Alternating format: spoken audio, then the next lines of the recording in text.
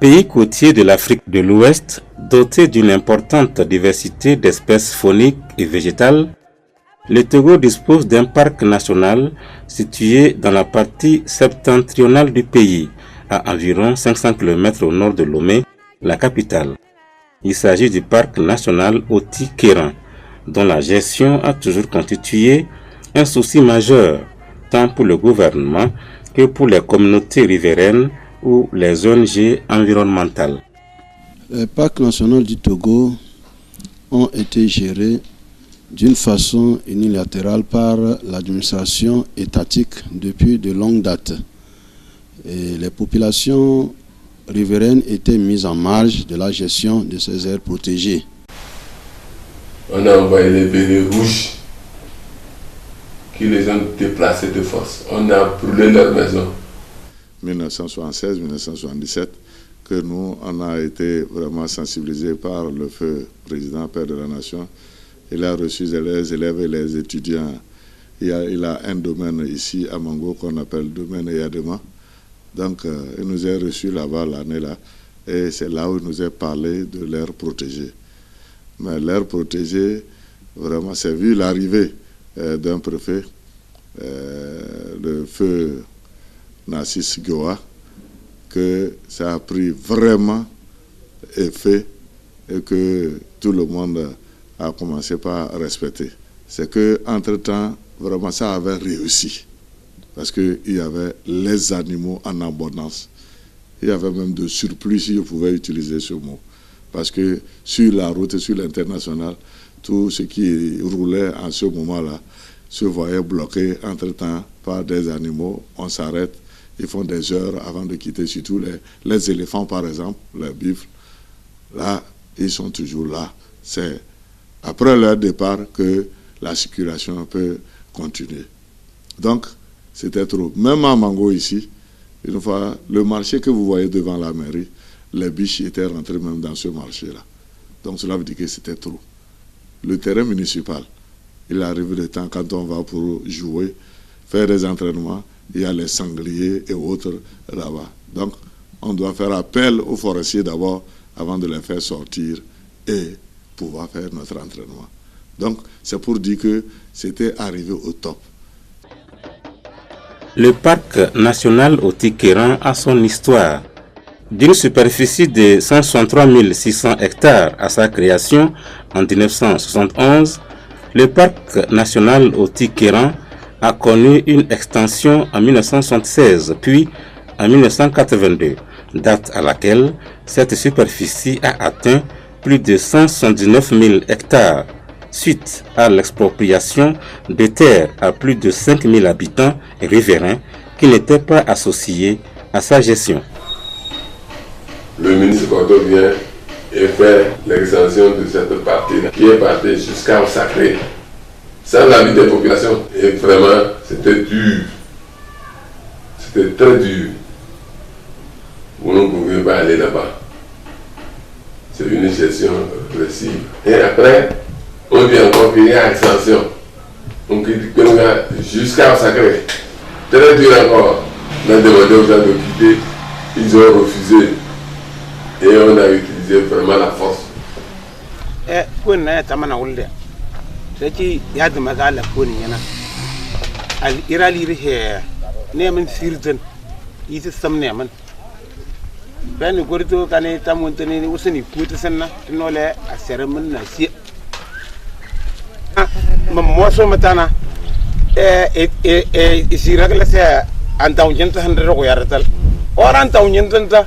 Le fond de tout le monde, quand on a un cougalo Willingali, Naya, Agasa Pana, Takum Fruta. I was on the Zilunga Fondo. I was in a Canforana, Wilu Iran and Delita. In Hilurisika, Winter Akanari, Akornan to Ansindi, Liwentana, Angelun and Delito, the Sanasea, in Hilati. Cororego, Farsagala, who did you say at the native one allow? Where's the phone Lawana?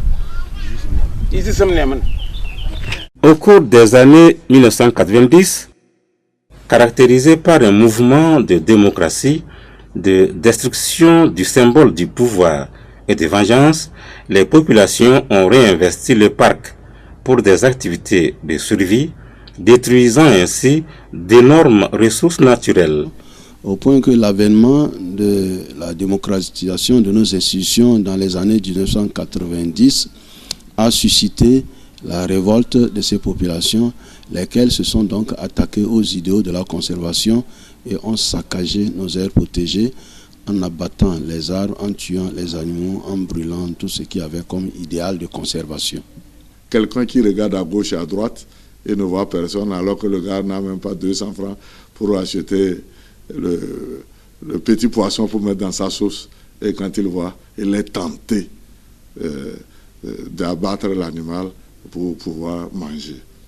Donc, ça a amené beaucoup de malcompréhension entre l'autorité du temps et la population.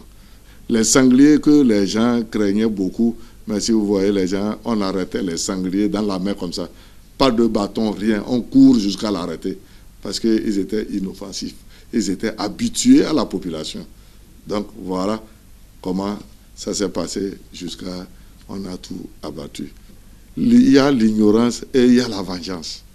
C'est ça qui a fait que ça a détruit tout ce qu'on avait gardé pendant plusieurs années. Durement traumatisées par un passé amer de gestion du parc, les populations riveraines sont ainsi restées opposées aux différentes initiatives visant la réhabilitation et la requalification du parc depuis l'an 2000.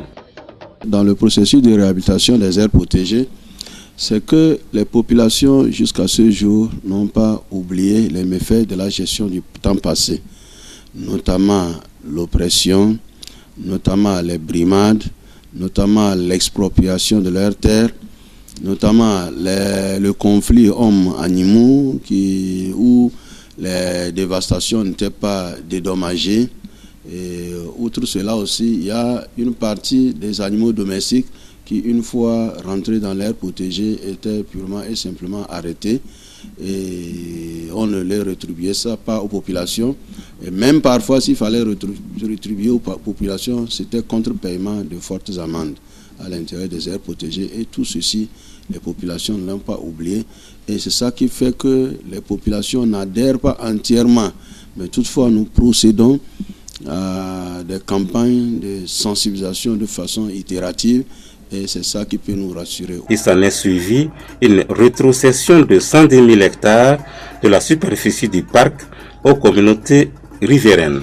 Financé par le Fonds français pour l'environnement mondial, avec l'appui technique de l'Union internationale pour la conservation de la nature, le projet Territoire de conservation, TC en sigle, est un tremplin qui a permis à l'ONG Agbo-Zégué de gagner la confiance des communautés dans le processus de conservation des ressources dans et autour du parc national Otikérant.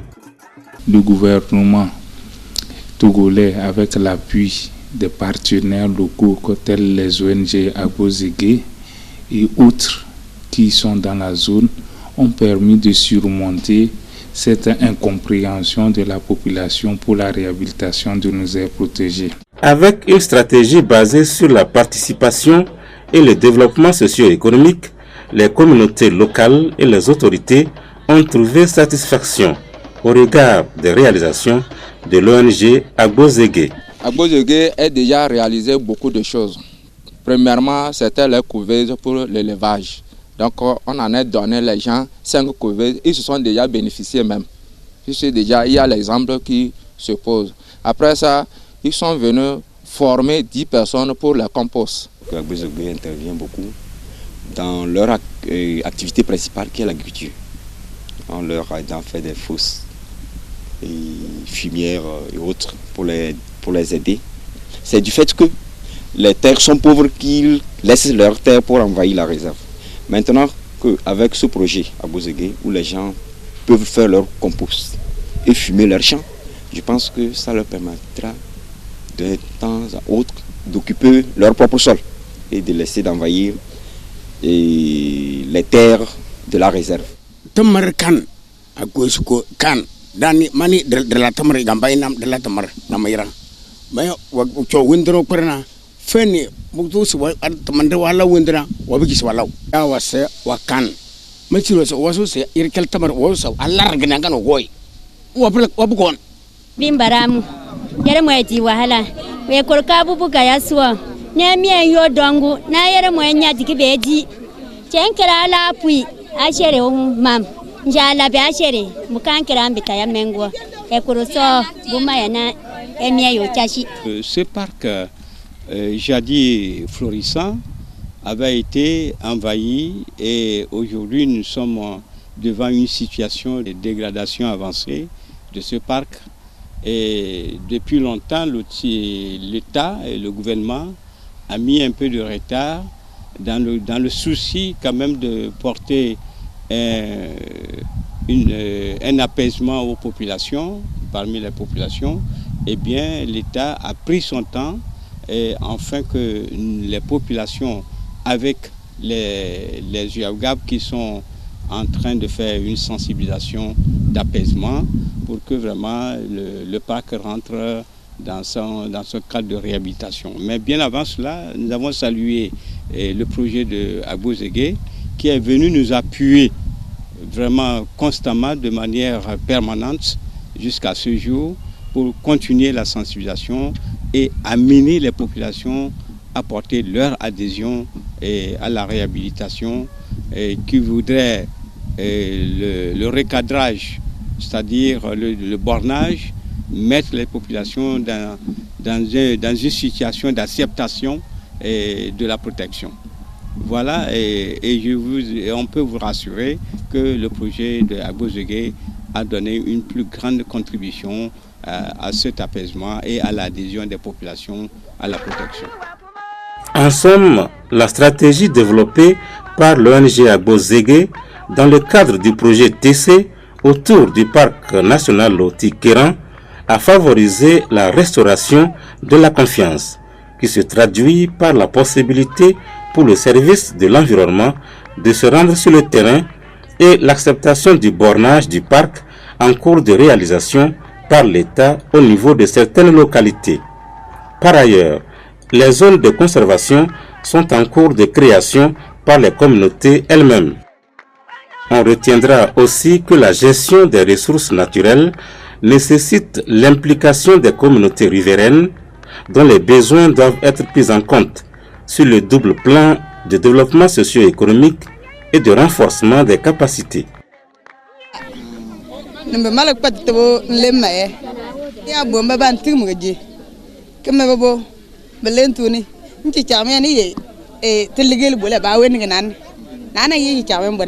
Est-ce au PC ne manque de na fi kwat mono ka kwangaji ti chebe be nan kwanu wana be ntu kwat bo ku tu kwat be gungbe membo be ntu kwat ti chebe mbo be mfirgi ligitana est-ce tan be to ti be na kwan ye be nan be ntini to mal me ne ka mal fe ni ye ti yili ba boye ne liya kwat ko langanga ngo. Toutefois, la suppression du braconnage de la production du charbon de bois, la cessation de l'occupation du parc pour des champs et des installations d'habitation restent encore d'importants défis à relever. Dans tous les villages riverains, ces menaces entravent dangereusement la préservation de la diversité biologique dans le parc.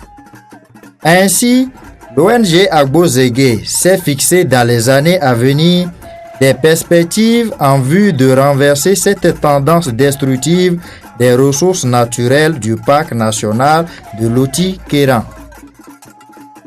Les perspectives de l'ONG Agbo-Zégué dans le cadre de la conservation des ressources biologiques du parc national de Loti Kéran sont multiples. Les plus importants que nous pouvons soulever ici sont entre autres la poursuite des activités visant à l'amélioration des conditions de vie des populations riveraines du parc à travers l'aide aux activités génératrices de revenus et aux services sociaux de base. Ainsi, l'appui des partenaires techniques et financiers est vivement souhaité. La deuxième chose, c'est le renforcement et la formalisation des partenariats entre l'ONG Agbozege et l'administration forestière ainsi que les autres services techniques de l'État.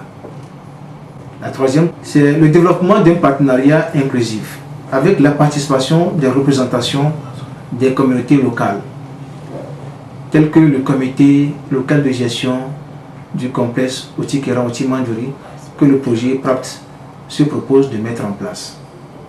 Les ONG locales et nationales comme l'IRD, l'ONG RAFIA, l'ONG ADHD, à travers la signature d'un mémorandum d'accord que nous sommes en train d'élaborer pour la gestion durable des ressources biologiques du parc national de l'Otikera et même du complexe Otikera-Oti-Mandjouri. L'accompagnement des collectivités locales riveraines du parc national de l'Otikera ainsi que celui du complexe Otikera-Oti-Mandjouri dans le processus de décentralisation que le Togo se propose de mettre en place. L'accompagnement du processus d'intégration du complexe Otikera-Oti-Mandjouri dans la dynamique transfrontalière du complexe WAPO par le bornage et la création des forêts communautaires, dans le souci de créer un couloir pour la migration des grands mammifères tels que l'éléphant au niveau régional.